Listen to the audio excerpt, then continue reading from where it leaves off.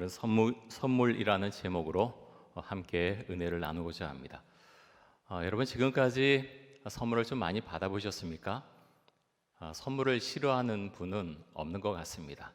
선물을 받으면 참 좋지요. 특별히 그 선물 가운데 그 선물을 주신 분의 사랑과 또 어떤 마음이 느껴지면 그 선물은 더 고맙게 생각이 됩니다. 제 기억 속에 있는 한 가지 추억이 있는데요. 제가 초등학교 1학년 때 좀 몸이 좀 아팠을 때가 있었습니다. 그래서 학교에 가지 못했는데 그날 저녁이요. 제가 어릴 때 참 아이들이 골목에 뛰어나와서 많이 놀았는데 아이들이 막 놀고 있었어요. 근데 아버지가, 저는 이제 대문가에 앉아 있었고요. 아버지가 이제 퇴근하고 오시는데 손에 뭐를 좀 들고 오셨습니다. 나중에 집에 와서 보니까 바나나였습니다. 지금은 이 바나나가 흔하죠.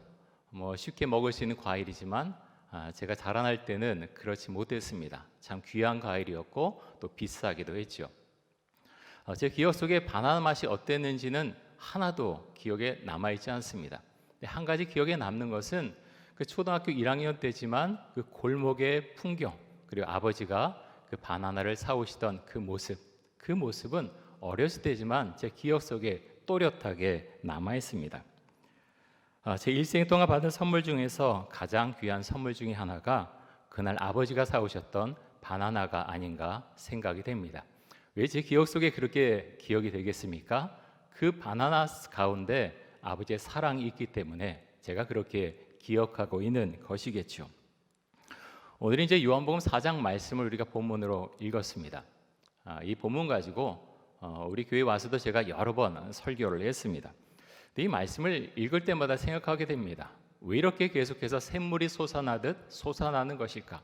이 말씀 가운데 정말 깊은 은혜가 있다라는 고백을 하게 됩니다. 오늘 본문에 나오는 사마리아 수가라는 동네에 살던 여자, 이 여자는요 참 외롭고 쓸쓸한 인생을 살아왔던 사람입니다. 여러 번 결혼했지만 계속해서 실패했고 가난하고 힘든 삶을 끊어내기가 어려웠습니다. 예수님을 만난 이 날도 여자는 어김없이 사람들이 우물가에 나오지 않는 그 뜨거운 낮 12시를 택해서 우물가에 물을 기르러 나왔습니다. 왜 이 여자가 사람들이 우물가에 나오지 않은 그 뜨거운 시간을 택해서 우물가로 나왔을까요? 사람을 만나고 싶지 않았기 때문입니다. 사람을 만나는 것이 너무나 힘들었기 때문에 사람들이 없는 시간을 택해서 그 낮 12시에 우물물을 기르러 나온 것이죠. 사람은 누구나 계속해서 실패하면요 자신감이 없어지고 사람들을 만나는 것을 두려워하게 됩니다. 또 사람들을 믿지 못하게 되죠. 이날도 이 여자는 무거운 마음을 가지고 우물가로 나왔는데 누구를 만납니까? 예수님을 만납니다. 요한복음 4장을 읽어보면 여자가 이날 받은 가장 큰 선물은 예수님을 만난 것이다라는 것을 분명하게 알 수가 있습니다. 그런데 여러분, 예수님이 이 여자에게 무엇을 주셨습니까? 눈에 보이는 것 아무것도 주지 않으셨습니다. 단지 대화만 나눴을 뿐이죠. 그런데 그 대화 속에 그 여자가 지금까지 깨닫지 못하고 알지 못했던 정말 중요한 것들을 예수님께서 많이 주셨습니다. 예수님께서 여자를 만나서 가장 먼저 하신 말이 무엇입니까? 물을 좀 달라고 말씀하셨죠. 그런데 이 여자는 이 예수님의 말씀에 너무나 놀랍니다. 왜 그렇게 놀랐습니까? 그 당시만 해도 유대인은요 사마리아 사람들 사람 취급하지 않았습니다. 말을 거는 일이 결코 없었지요. 그렇기 때문에 유대인 남자가 자신에게 물을 달라 하는 그 말을 듣고 여자는 소스라치게 놀랐던 것이죠. 예수님은 예루살렘에서 갈릴리를 향해서 가는 길이었습니다. 유대인들은 보통 사마리아를 거치지 않습니다. 그 땅을 밟고 싶지 않았기 때문이죠. 그런데 예수님은 일부러 그 땅을 택해서 사마리아를 택해서 가셨고 여자를 만나 주셨습니다.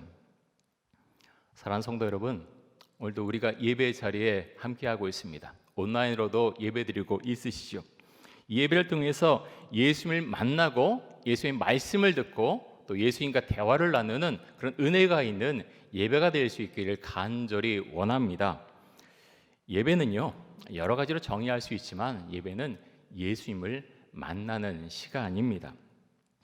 예수님을 만나는 시간에 우리가 이런저런 다른 생각을 하고 있다면 예수님을 만나기가 어렵겠죠. 특별히 온라인으로 예배드리는 우리 성도님들께 부탁을 드립니다. 여러분은 지금 예수님을 만날 준비를 하고 예배를 드리고 있으십니까? 예배드릴 복장을 잘 갖추고 지금 예배드리고 있으십니까? 혹시라도 집안에 여기저기를 다니면서 예배 화면을 보면서 예배를 드린다고 생각하고 있지는 않으신지요? 예배를 잘 드리려면 예배드릴 복장을 잘 갖춰야 되고요, 또 집중해서 예배를 드려야 합니다. 그렇게 할 때 주님께서 나에게 말씀하시는 주의 음성을 들을 수가 있습니다. 예수님께서 이렇게 대답하시죠. 사마리아 여자에게 왜 나에게 물을 달라고 하느냐 묻는 그 여자에게 이렇게 말씀하시는데요. 요한복음 4장 10절 보겠습니다. 이렇게 예수님께서 말씀하십니다. 예수께서 대답하여 이르시되 내가 만일 하나님의 선물과 또 내게 물 좀 달라는 이가 누구인 줄 알았더라면 내가 그에게 구하였을 것이요 그가 생수를 내게 주었으리라. 여러분, 본문 가운데에서 예수님께서 말씀하시는 하나님의 선물이 무엇입니까? 구원입니다. 지금 구원을 말씀하고 있습니다. 10절에 나오는 이 하나님의 선물, 그리고 뒤에 나오는 그 생수, 동일한 의미를 갖고 있습니다. 하나님의 선물, 생수 모두 동일하게 구원을 의미하는 말씀입니다. 예수님께 그렇게 말씀하시는 겁니다. 여자여, 내가 만일 너와 이야기하는 자가 내가 누구인 줄 내가 알았더라면 나를 구원해 달라고 요청했을 것이고 나는 너에게 구원을 선물로 주었을 것이다. 이 말씀을 지금 하고 있는 것이죠. 여러분, 엄청난 말씀 아닙니까? 예수님은요, 이 사마리아 여자를 처음 만났습니다. 처음 만난 여자에게 구원에 대해서 지금 말씀하고 있는 것이죠. 우리가 신앙생활할 때 가장 중점을 둬야 할 부분은 하나님이 누구신가 하는 질문입니다.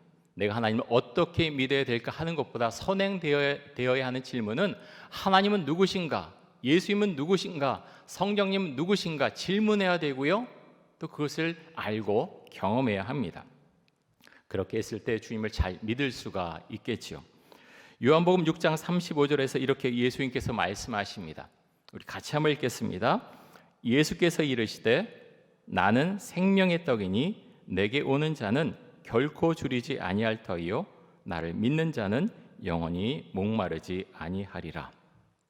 여러분, 이 말씀 이해되십니까? 예수님께서 생명의 떡이란 이 말씀을 이해하려면요, 예수님과의 만남이 있어야 됩니다. 예수님께서 생명의 떡이라는 이 말씀이 이해되기 위해서는 주의 말씀으로 세상을 살아가는 은혜의 경험이 있을 때 예수님께서 생명의 떡이시구나 하는 이 말씀을 그때서야 비로소 이해하고 알 수 있는 것이죠. 예수님께서 이 말씀을 들려주셨을 때 제자들은 예수님의 이 말씀 이해할 수 없었습니다. 오늘 본문에 나오는 이 사마리아 여자도 마찬가지입니다. 예수님께서 하나님의 선물과 생수에 대해서 말씀하시지만 이 말이 무슨 의미인지 도무지 알지 못했지요. 그래서 사마리아 여자가 이렇게 말합니다. 요한복음 4장 11절과 12절 보겠습니다. 여자가 이르되 주여 물기를 그릇도 없고 이 우물은 깊은데 어디서 당신이 그 생수를 얻겠사옵나이까? 우리 조상 야곱이 이 우물을 우리에게 주셨고 또 여기서 자기와 자기 아들들과 짐승이 다 마셨는데 당신이 야곱보다 더 크니까. 이 우물은요, 어떤 우물인가 하면 야곱이 판 우물, 정말 오래전에 판 우물입니다. 근데 여자가 그렇게 묻는 거죠. 생수에 대해서 말씀하시니까 야곱의 우물이 이렇게 깊은데 어떻게 물을 얻을 수 있냐고 물으면서 당신이 야곱보다 더 크냐고 그렇게 다시 되묻습니다. 현대적으로 한번 해석해 보면 어떻게 해석해 볼 수 있을까요? 저는 이런 생각을 했습니다. 코로나19로 인해서 이렇게 어려워진 시대에 당신을 믿으면 돈을 잘 벌 수 있습니까?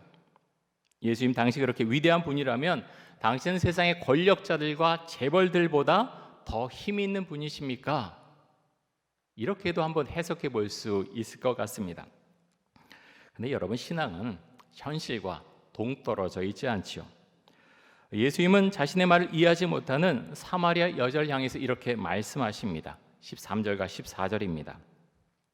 우리 같이 한번 읽겠습니다.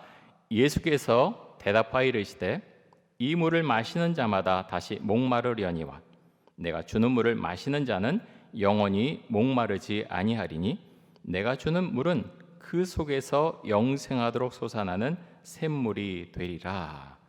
여러분 이 말씀 이해되십니까? 우물물 마시면요 당연히 목마르겠지요. 그런데 예수님께서 주는 물을 마신 자는 목마르지 않을 것이고 그 속에서 그 들어간 물에서 영생하도록 솟아나는 샘물이 될 것이라고 예수님은 설명해 주십니다. 예수님은 지금 영적인 물에 대해서 설명을 하시죠. 예수님께서 말씀하신 이 영적인 물은 현실과 동떨어진 물이 아닙니다. 이 영적인 물은 사마리아 여자의 고민과 고통을 해결해 줄 수 있는 물이고 사마리아 여자에게 구원의 선물을 안겨줄 수 있는 물입니다. 요한복음 7장 37절에서 39절 앞부분 말씀까지 한번 보겠습니다. 명절 끝날 곧 큰 날에 예수께서 서서 외쳐 이르시되 누구든지 목마르거든 내게로 와서 마시라. 나를 믿는 자는 성경의 이름과 같이 그 배에서 생수의 강이 흘러나오리라 하시니 이는 그를 믿는 자들이 받을 성령을 가리켜 말씀하신 것이라. 요한복음 4장의 말씀과 7장의 말씀은요 서로 연결되어 있습니다. 4장에서 말씀한 이 생수, 그것이 요한복음 7장에서는 배에서 생수의 강이 흘러나오리라 라는 내용으로 표현되어 있죠. 예수님께서 말씀하신 예수님을 믿는 이의 뱃속에 있는 생수는 무엇을 의미합니까? 성령이죠. 성령을 의미합니다. 성령이 예수님 믿는 우리들의 마음 가운데 들어와서 마치 샘물이 솟아나듯이 끊임없는 은혜를 공급해 주실 것이고 삶에 대한 소망과 힘을 공급해 주실 것을 말씀하고 있습니다. 사랑하는 성도 여러분, 여러분은 어떤 인생을 지금까지 살아오셨습니까? 사마리아 여인처럼 찢기고 남들에게 무시당하고 가난하고 마음이 짓눌린 채 인생을 살아오신 분들도 계실 것이고 요한복음 3장에 나오는 니고데모처럼 사람들에게 존경을 받고 물질적으로도 풍족하지만 인생의 의미를 잘 모르고 공허한 마음을 갖고 인생을 살아오신 분들도 계실 것 같습니다. 여러분이 어떤 인생을 살아오신 것에 상관없이 요한복음 4장에 나오는 사마리아 여자가 받았던 그 은혜를 우리도 받아 누릴 수 있기를 간절히 원합니다. 사마리아 여자를 만난 예수님은 인생의 문제를 풀어갈 3가지 선물을 여자에게 안겨주시는데요. 물론 그 선물을 주셨지만 그것을 받는 것은 여자의 선택이겠죠. 첫 번째 선물이 무엇인가 하면 구원의 선물입니다. 예수님은 자신을 메시아라고 하시면서 나에게서 생수를 얻어 마시라라고 말씀을 하십니다. 생수, 다시 말해서 구원은 주님께서 여자에게 주시는 선물입니다. 제가 목회하면서 보면 신앙생활 그렇게 오래 해도 예수님께서 주시는 그 생수를 받아 마시지 못하는 분들도 있습니다. 이런 분들은 교회에 오시지만 삶에 대해서, 신앙에 대해서 계속해서 심한 갈증을 느끼게 됩니다. 이런 분들을 보시고 주님께서 얼마나 안타까워 하실까요? 예수님은 이런 분들에게 내가 주는 생수를 받아 마시라 라고 말씀하십니다. 여러분, 그러면 우리가 예수님께 주신 생수를 어떻게 받아 마실 수 있을까요? 예배를 통해서 예수님과 만나야 되겠고요. 또 성경을 읽으면서 하나님의 말씀을 우리의 마음속에 담을 수 있어야 되겠고, 또 기도를 통해 주님의 마음을 우리 마음에 담을 수 있어야 되겠습니다. 이렇게 할 때 주님께서 주시는 생수를 마음에 담을 수가 있는 것이죠. 여러분, 요즘 주님께서 주시는 음성을 듣고 계십니까? 어떻게 주님의 음성을 들을 수 있습니까? 많은 사람들이 그렇게 이야기합니다. 그렇게 착각하죠. 육성으로, 하나님의 육성으로 나에게 들려주시는 것, 그것을 듣는 것, 그것이 하나님의 음성을 듣는 것이다 라고 잘못 생각을 하고 있습니다. 물론 주님께서 그렇게 들려주실 때가 있지요. 직접 말씀해 주실 때가 있습니다. 하지만 그렇게 하는 것은 아주 드뭅니다. 정말 드뭅니다. 대부분은 주님께서 우리에게 말씀하신 경우는 예배를 통해서, 설교를 통해서, 또 성경 말씀을 읽을 때, 묵상할 때, 기도할 때 우리의 마음과 생각 가운데 말씀해 주십니다. 어디에 말씀하신다고요? 우리의 마음과 생각 가운데 말씀해 주십니다. 물론 우리의 마음속에 들려진다고 해서 모두 다 하나님의 음성은 아니겠죠. 하나님의 음성도 있지만 때로는 마귀의 음성도 있습니다. 영적으로 혼미한 가운데 있으면 그것을 분별하기가 어렵겠죠. 하나님의 음성을 듣지 못하게 하는 대표적인 모습이 무엇인가 하면 우리의 자아가 하나님의 말씀과 성령님의 음성을 앞서갈 때 우리는 하나님의 음성을 잘 듣기가 어렵습니다. 지난주에 설교 때도 말씀드렸는데요. 자아가 무엇입니까? 우리가 지금까지 경험했던 경험, 내가 갖고 있는 지식, 또 나의 감정, 이런 모든 것들이 혼합된 것이 나의 자아입니다. 그래서 자아가 강한 사람은요, 하나님께서 말씀하셔도 거부할 때가 참 많이 있습니다. 하나님께서 말씀하시지만 계속해서 괜찮습니다, 저 괜찮습니다 하면서 계속 거부를 하겠죠. 그리고 결국에는 자신이 원하는 대로 결정하며 살아가게 됩니다. 이런 분들에게 나타나는 현상이 있는데요. 어떤 현상이 일어나냐 하면 인생에 대해서 어느 때부터는 공허함을 느끼기 시작합니다. 나의 생각과 나의 의견이 옳다고 주장하는 것이 점점 더 강해집니다. 성경 말씀을 읽어도 설교를 들어도 내 생각이 더 옳다고 생각하면서 그 말씀들을 자신의 마음에 받아들이지 않게 되죠. 그리고 교회를 그렇게 열심히 다니고 봉사를 해도 계속해서 영적인 갈증을 해결하지 못합니다. 여러분, 왜 그렇습니까? 왜 영적인 갈증을 해결하지 못합니까? 간단하게 말하면 예수님을 우리 마음 가운데 모시지 못했기 때문에, 예수님이 내 안에 들어오시고자 하시는데 그것을 계속 거절하고 거부하기 때문에 영적인 갈증을 해결하지 못하는 것입니다. 사랑하는 성도 여러분, 이런 고집과 아집에서 벗어난 은혜가 우리에게 있기를 간절히 원합니다. 예수님께서 사마리아 여인에게 주신 두 번째 선물은 현실의 문제를 이겨낼 수 있는 힘입니다. 예수님은 대화를 나누던 사마리아 여자에게 가서 내 남편을 불러오라 라고 말씀하십니다. 여자는 몹시 당황하죠. 왜냐하면 여자는 5번 결혼했지만 모두 실패했고 지금 남자 동거를 하고 있지만 법적으로 그 남자는 자신의 남편이 아니었기 때문이죠. 예수님은 사마리아 여자에게 돌려서 말씀하지 않으십니다. 언뜻 보면 상처가 될 것 같지만 예수님은 사마리아 여자를 존중하시면서 말씀을 이어가십니다. 그래서 사마리아 여자는 상처를 받는 것이 아니라 자신의 문제를 짚어주시는 예수님을 바라보면서 인생의 문제에 대해 질문하게 되고 해답을 찾아 나가게 됩니다. 예수님을 만난다는 것은 현실에서 벗어나서 예수님을 만나는 것이 아닙니다. 우린 예배를 드릴 때 예수님께 우리의 문제를 모두 드러낼 수 있어야 합니다. 예수님을 만날 때 예수님께서 우리 인생의 문제에 대한 고민에 대한 해답을 우리에게 제시해주고 우리의 생각을 이끌어 가십니다. 그래서 여러분, 예배는 우리의 삶과 동떨어진 어떤 의식이 아니라 삶의 문제를 풀어갈 수 있는 통로가 되어야 합니다. 물론 예배의 가장 큰 목적은 하나님께 영광을 올려드리는 것이죠. 그런데 여러분, 이상하게 예배를 통해서 하나님의 이름을 높여드리고 하나님께 영광을 올려드릴 때 우리가 가진 인생의 문제들이 예배 가운데에서 드러나게 됩니다. 거부할 수 없는 은혜가 우리 심령 가운데로 파고들고 또 나에게 닥쳐온 인생의 아픔과 슬픔을 치유하고 이겨낼 수 있는 힘을 예배를 통해서 얻게 됩니다. 우리는 이것을 가리켜서 은혜라고 부르지요. 예수님께 주시는 은혜, 눈에 보이지 않지요. 눈에 보이지 않지만 세상에 어떤 것보다도 강력한 힘을 가진 게 은혜입니다.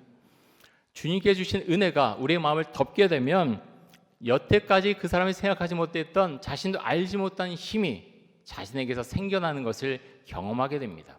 예수님께서 그 힘을 주시고 성령께서 우리에게 힘을 주십니다. 우리가 이런 은혜를 받아 누릴 수 있기를 간절히 원합니다.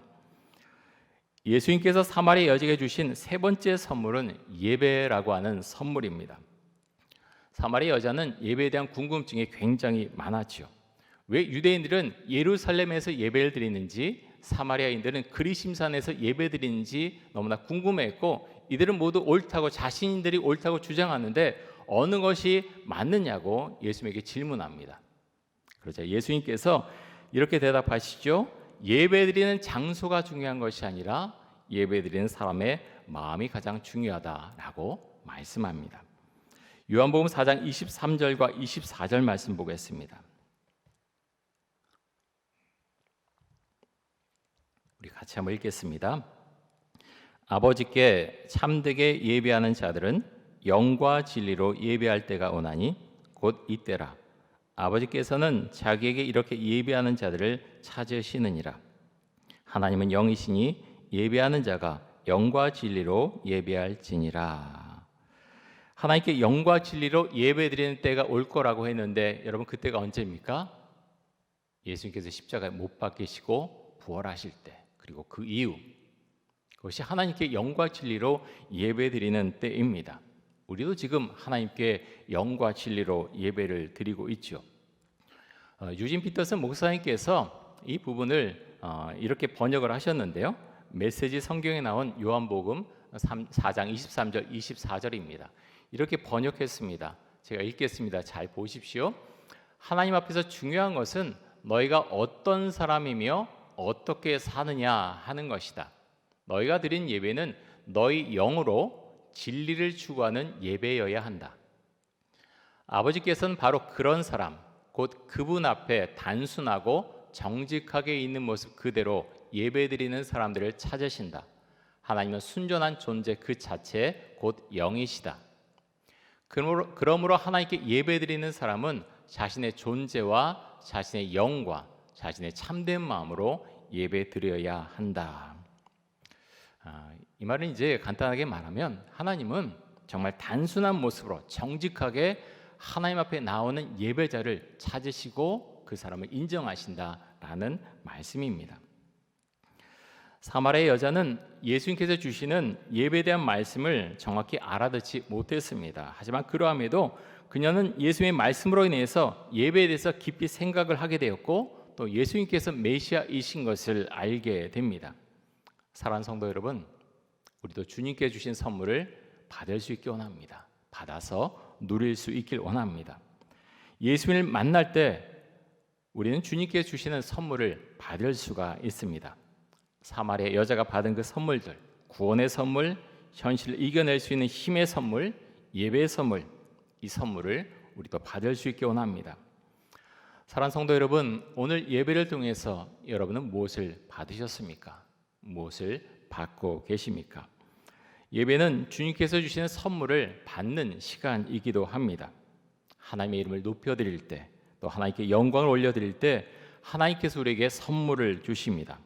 예배 드릴 때마다 주님께 주시는 은혜의 선물을 그렇게 받을 수 있는, 그래서 우리 마음 가운데 가득 채워서 예배를 드리고 집으로 돌아갈 수 있는 그런 은혜가 우리에게 임할 수 있기를 간절히 원합니다.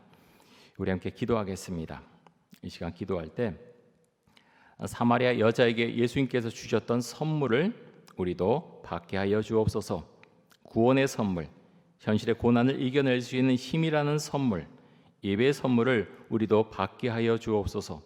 그래서 주님과 함께 이 세상을 살아가는 기쁨과 행복을 누리게 하여 주옵소서. 우리 함께 잠시 기도하겠습니다.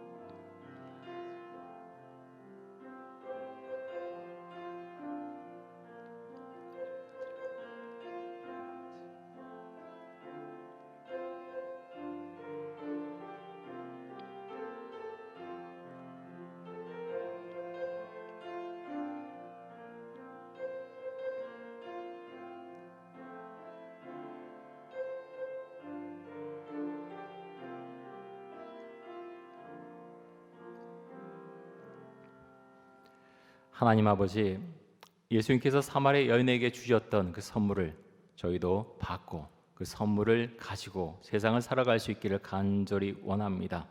구원이라는 선물, 또 세상의 어려움을 뚫고 일어설 수 있는 힘이라는 선물, 그리고 주님 예배라는 선물을 우리가 받고 그 안에서 정말 샘물처럼 계속 솟아나는 주의 은혜를 고백하며 살아갈 수 있기를 간절히 원합니다. 우리의 마음을 열고서 예수님을 우리 마음 가운데 모실 수 있도록 해주시고, 성령께서 우리에게 말씀하시고 인도하신 그 삶을 우리가 순종하며 따라갈 수 있도록 하여 주옵소서. 그래서 예수를 믿고 사는 것이 정말 행복하고 정말 아름다운 삶을 이뤄갈 수 있도록 주여 그 은총을 더하여 주옵소서. 예수 그리스도의 이름으로 기도드립니다. 아멘.